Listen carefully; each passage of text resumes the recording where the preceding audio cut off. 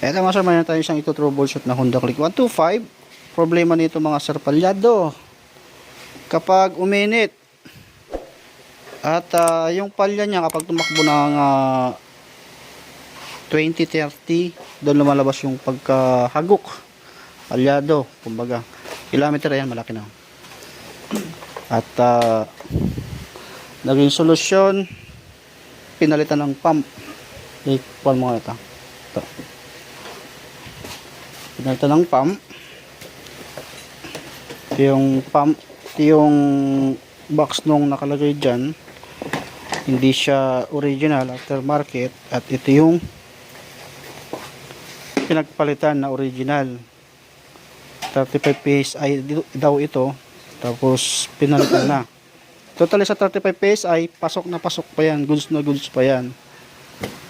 Ayan, PSI test naman natin to. Gagamit tayo ng dial para makita natin kung malakas ito. Goods naman kasi ito kapag malamig. Pag mainit na, doon na lumalabas yung palya. Kaya nga, check natin. Tapos mamaya explain ko sa inyo kung bakit. Kung ano yung mga nagiging nakikita natin o mga problema. Ayan, tanggalin natin yung upuan.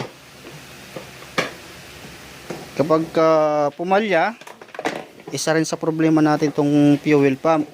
Pero dapat pa-check nyo muna. Kapag pumapalya, humahagok, check nyo muna yung spark plug, ignition coil, spark plug cap, linisan nyo yung fuse, isa rin kasi yon. Tapos valve clearance. Minsan nasa TPS. Kaya napakahirap manghula. Mas mainam kung ginagamitan natin ng diagnose para hindi napapagastos yung o hindi kayo napapagastos ng malaki.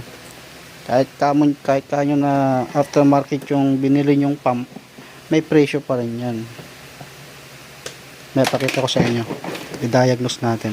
Pero check muna natin to. I-basic troubleshooting muna natin para alam natin. TPS, yan bago na rin. Aftermarket yung nakakabit. Bagong palit daw. Yan, check natin. At ang naging problema kasi nung kinabit nila, sige. Ayan, malakas. 42, pa 43. Problema, itong kanyang ginamit ng B1, yung gauge hindi na bumababa. Laging 1, 2, 3, 4, 5 bar. Kahit konti, hindi na bumababa. Kunti na ito. Mga 2 bars lang yan siguro yan. Ayan, kukunti lang yan mga sir. Dapat 2 bars lang yan. Pero sa panel, 5 bars pa. Okay, tatanggalin natin yan. Okay naman yung PSI niya mga sir. Pasok naman na yan. Kaso aftermarket. At, ayun yung gauge yung pinoproblema ni sir. Hindi bumababa. Delikado nga naman yan. Dahil, baka hindi mo mamalayan, tumirik ka na pala. Mas gugustuhin ko yung nagbiblink, at least aware ka kapag nagpakarga ka, alam mo na yung kilometer or yung kung gaano pa kalayong tatakbuhin ng isang full tank, ma-aware ka pa doon. Pero yung hindi bumababa, yun ang nakabahala.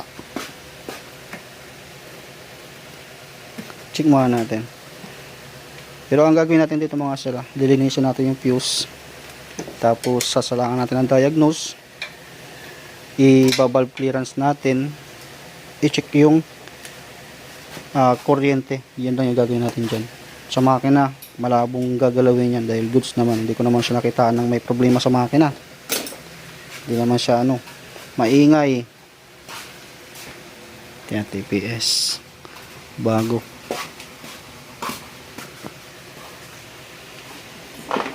Dito muna tayo magsisimula kasi concern ni sir yung yung gauge ayaw bumaba.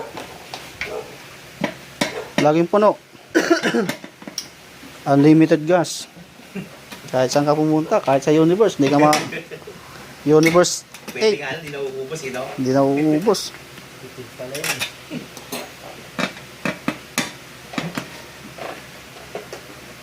Tumirik na.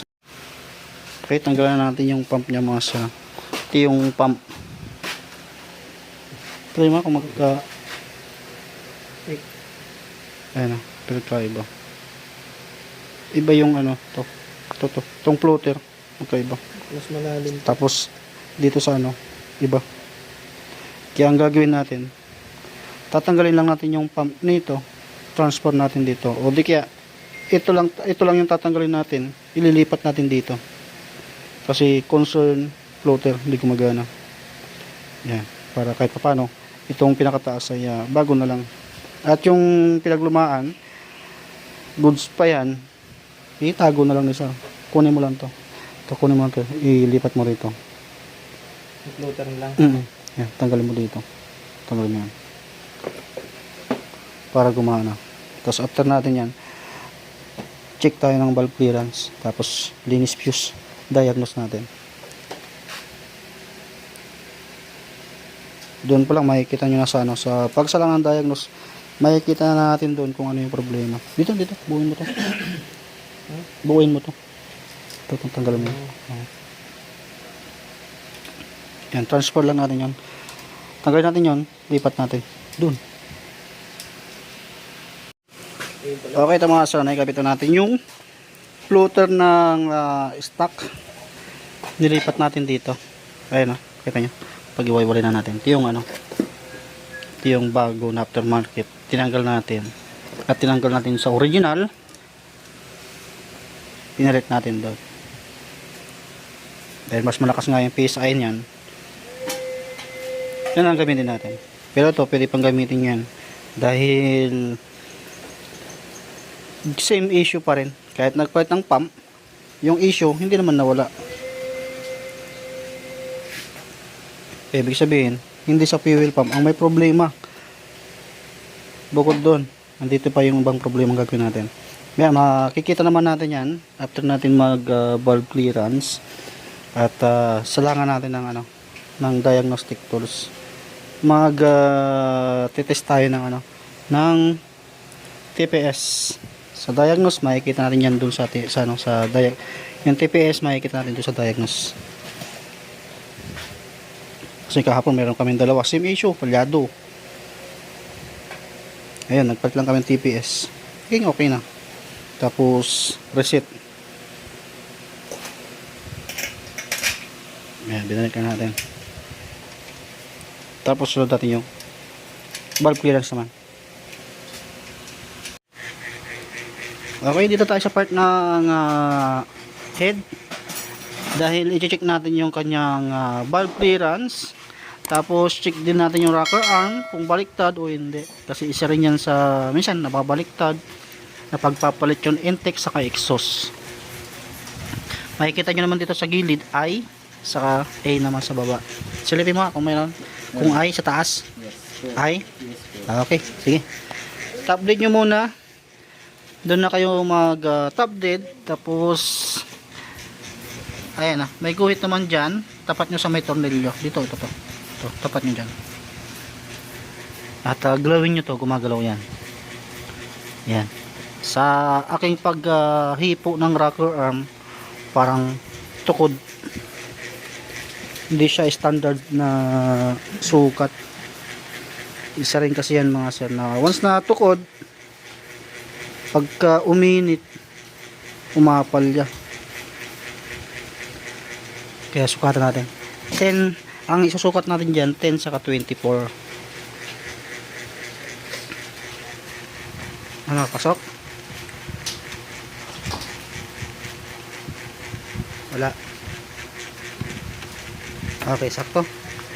Sa baba. Huwag mo nang galawin ko, sakto na. Yan, parang tukod dyan. Yung exhaust.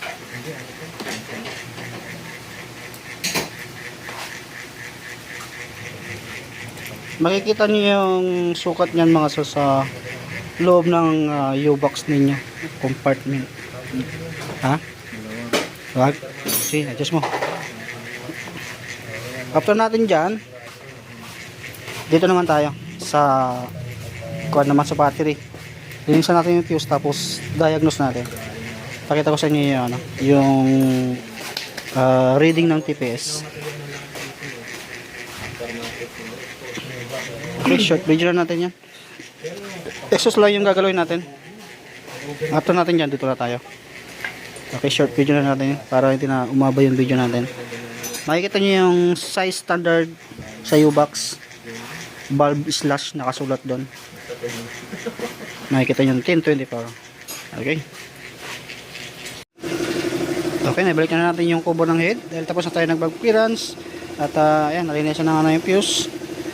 I-diagnose naman natin para makita natin yung reading ng TPS. Yan, fuse linisan yung mga sarap. Sige, linisan mo natin yung fuse. So natin yung pag-diagnose naman gamit ng MST 100 Pro. Eto, salamat natin ang diagnose para makita natin yung continuity or yung reading ng TPS natin. Hindi ko muna i-reset. Check muna natin yung reading para at least makita nyo na hindi talaga natin siya ni-reset at chinek natin yung reading ng TPS. I-on mo. Okay, hindi mo natin reset So yung basahan din sa ilalim, may basahan. Gasolina lang yung i-check natin. 4 bar, dating 5 bar, ngayon naging 4 bar. Gagawin natin ay bawasan natin yung gas kung bababa yung bar niya yan sa panel.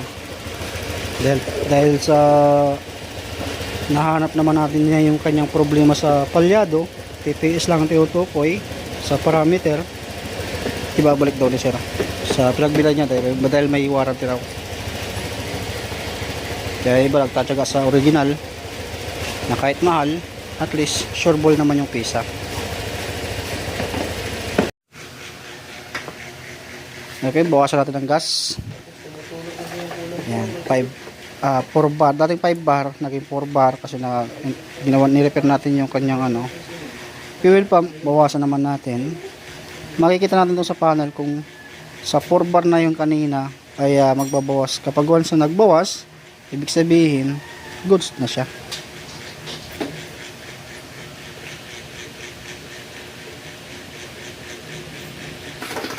Okay, marami ka nakuha? Tingnan natin yung takip. May tangke. Ayan. Anong kalaman-laman.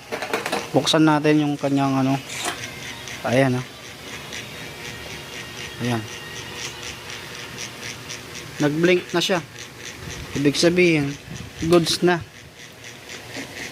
Ito mo, nag-blink na siya. Okay, balik mo na yung ngayon. Ayan, balik mo na yung yung gas, patayin natin uli. Patayin natin uli. Balik natin yung gas. Tingnan natin kung tataas na naman uli siya. Ayan. Okay, nabalik na yung yung gasolina. On natin. Ayan 4 bar.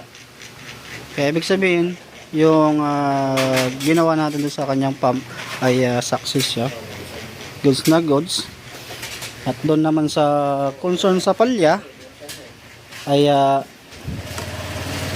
nahanap na rin natin na ang sala rin TPS dahil nga aftermarket yung naka-install. Ito goods to pag ginamit niya sir, matic yan. Pero may posibilidad na maaring bumalik dahil nga ayun nga na-reset siya.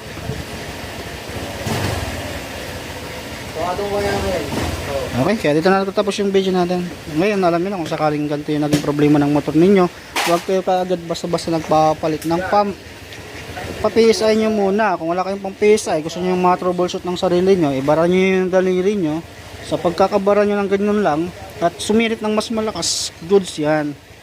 35 PSI, goods pa rin yun. Kasi nung nagpalit ng pump, 35 PSI ito yung stock. Nung nagpalit, andun pa rin yung issue. Kaya ibig sabihin, hindi yung pump ang problema. TPS. Okay, goods na.